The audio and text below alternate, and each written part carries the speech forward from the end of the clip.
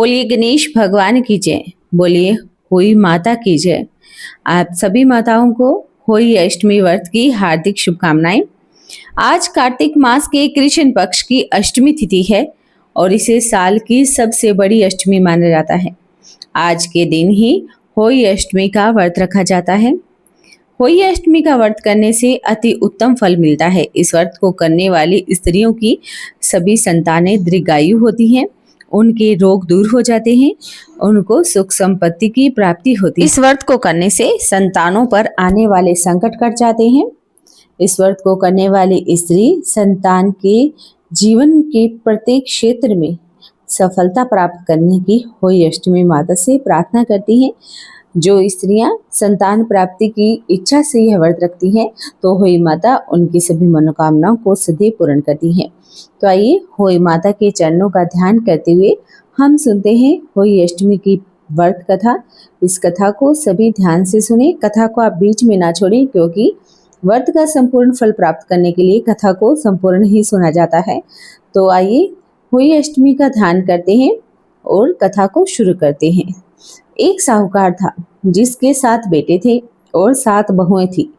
एक बेटी भी थी। दिवाली से पहले कार्तिक अष्टमी के दिन 7 बहुएं अपनी इकलौती ननद के साथ जंगल में मिट्टी लेने के लिए गई।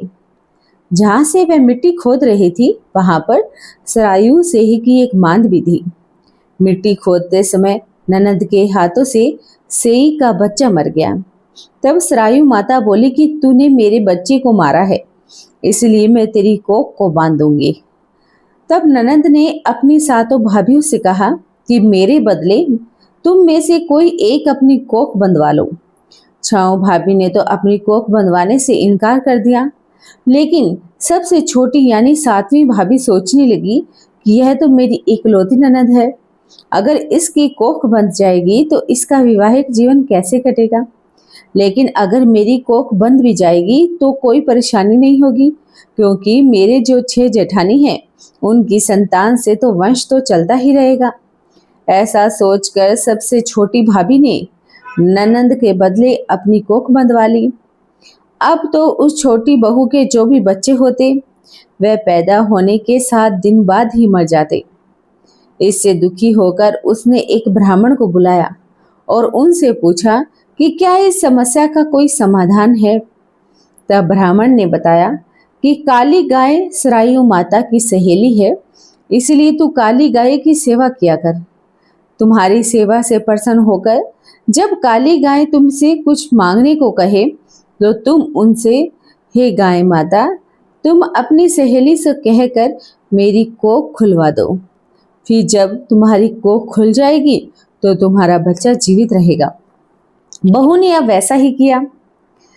ऐसा निश्चय करने के बाद वह छोटी बहू प्रातःकाल उठते ही चुपचाप गाली गाय की सेवा करती थी और उसके नीचे साफ सफाई करने लगी, चारा खिलाने लगी, पानी भी रख देती। जब कई दिनों तक ऐसा ही चलता रहा तो एक दिन गाय ने सोचा कि आजकल मेरी इतनी सेवा कौन कर रहा है, सो अब मैं देखूं।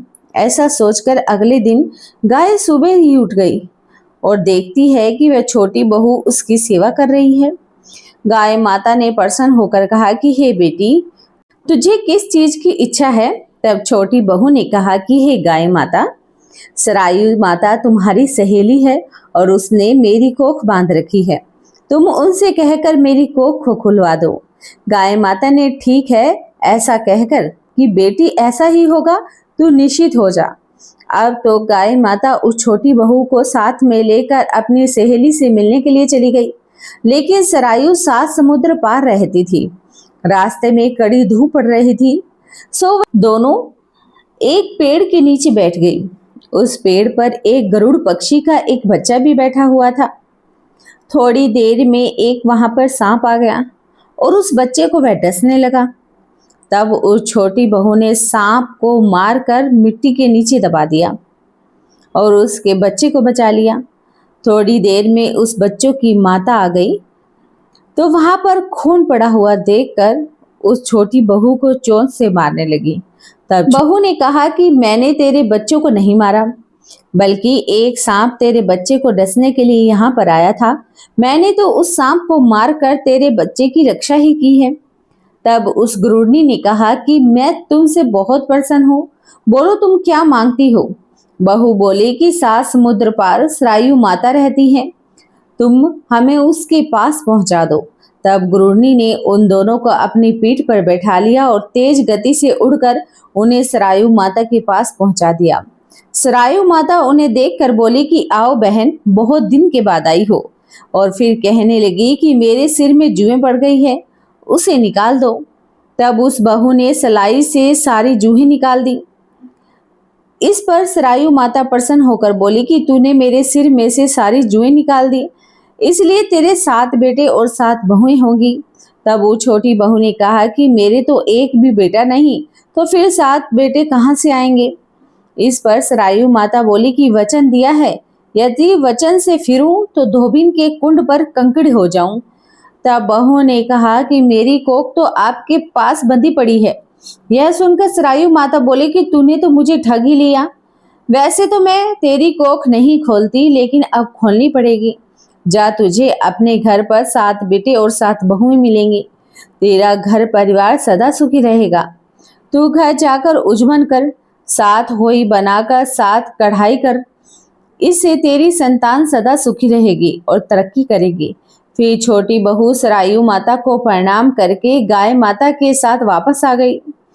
अपने घर पहुंचकर उसने देखा कि उसके 7 बेटे और 7 बहुएं बैठी हुई थी।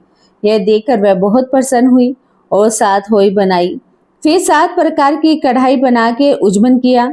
रात के समय जेठानियां कहने लगी कि जल्दी से पूजा कर लो। यदि छोटी बहू ने हमें पूजा करते हुए देख लिया तो वह अपने बच्चे को याद करके रोने लगेगी।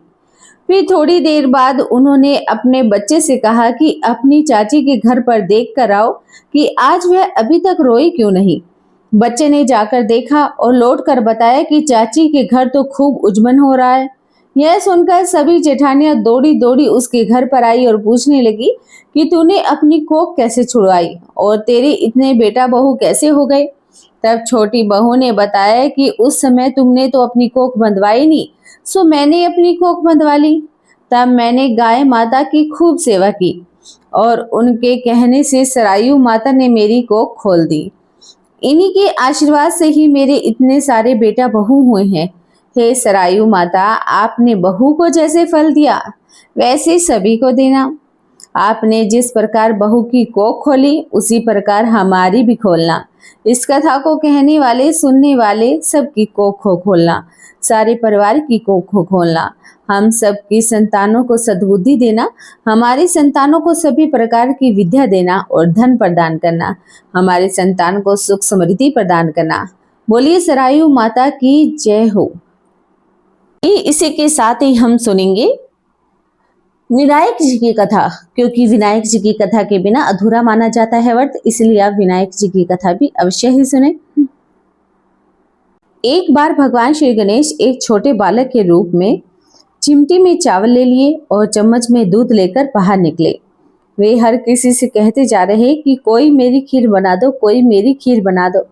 एक बुढ़िया माँ बैठी थी, उसने कहा कि ला बेटा, मैं बना देती हूँ।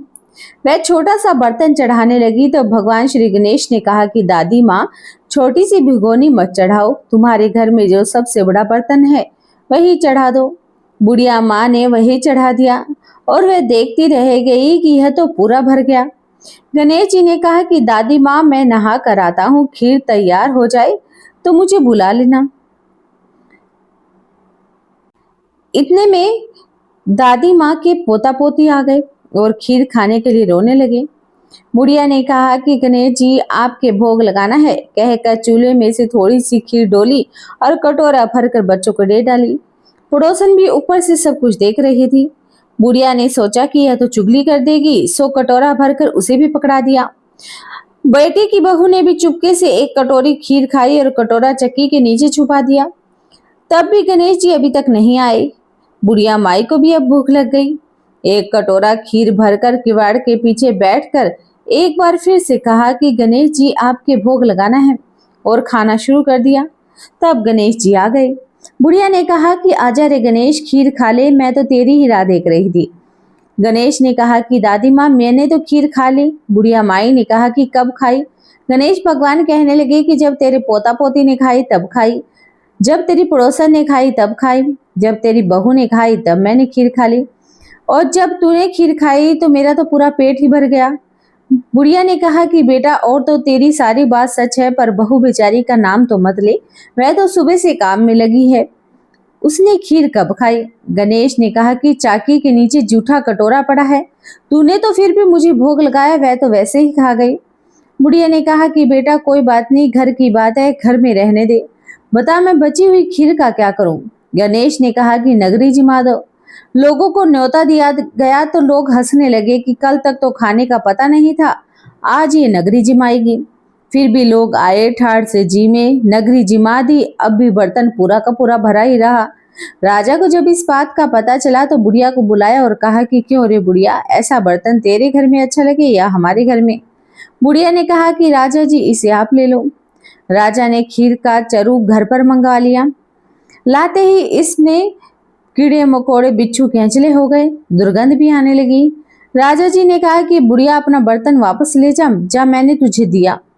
बुढ़िया माई ने कहा कि राजा जी अगर आप देते तो पहले ही दे देते, यह बर्तन तो मुझे मेरे गणेश जी ने दिया है। बुढ़िया ने बर्तन वापस लिया और लेते ही सुगंधित खीर हो गई। घर आकर बुढ़िया ने गणेश जी से पूछा कि मैं बची हुई खीर का क्या करूं? गणेश भगवान कहने लगे कि झोपड़ी के कोने में गड्ढा खोद कर गाड़ दे, उसी जगह सुबह उठकर वापस खोदोगी तो धन तो घड़े मिलेंगे। ऐसा कहकर गणेश जी तो अंतर ध्यान हो गए और जाते समय झोपड़ी के लात मारते गए तो झोपड़ी के स्थान पर महल हो गया। सुबह बहू ने फावड़ा लेकर पूरे घर को खोद दिया तो कुछ ना मिला। बहू ने कहा कि सासू जी थारो गणेश तो झूठो है। सासू ने कहा कि बहू हमारो गणेश तो झूठो नहीं, ला मैं ही देख लूं। वह सुई लेकर खोदने लगी तो टन टन करते 2 धन के घड़े निकल आए। बहू ने कहा कि सासू जी थारो गणेश तो सासो ही है। सास ने कहा कि गणेश भगवान तो भावनाओं के भूखे हैं। हे गणेश जी महाराज, जैसे तुमने बुढ़िया माई को दिया वैसे सभी को देना। कहानी कहने वाले, सुनने वाले, हुंकारा भरने वाले, सबकी मनोकामना पूर्ण करना। बोलिए गणेश भगवान की जय हो। अगर आपको हमारे इस YouTube चैनल की कथा पसंद आई हो तो चैनल को आप सब्सक्राइब करना बिल्कुल भी ना भूलें। अगर आप भी होली अष्टमी का व्रत कर रहे हैं तो कमेंट बॉक्स में ज़रूर लिखें जय हो होली माता की। और आप कहां से हमारी इस वीडियो को सुन रहे हैं कमेंट में ज़रूर बताइएगा। वीडियो को लाइक और शेयर करें ताकि इस कथा का लाभ और भी उठा सकें। आपसे हाथ जोड़कर निवेदन है कि आप एक कमेंट ज़रूर किया करें। तो जब तक के लिए हरे कृष्णा, राधे राधे।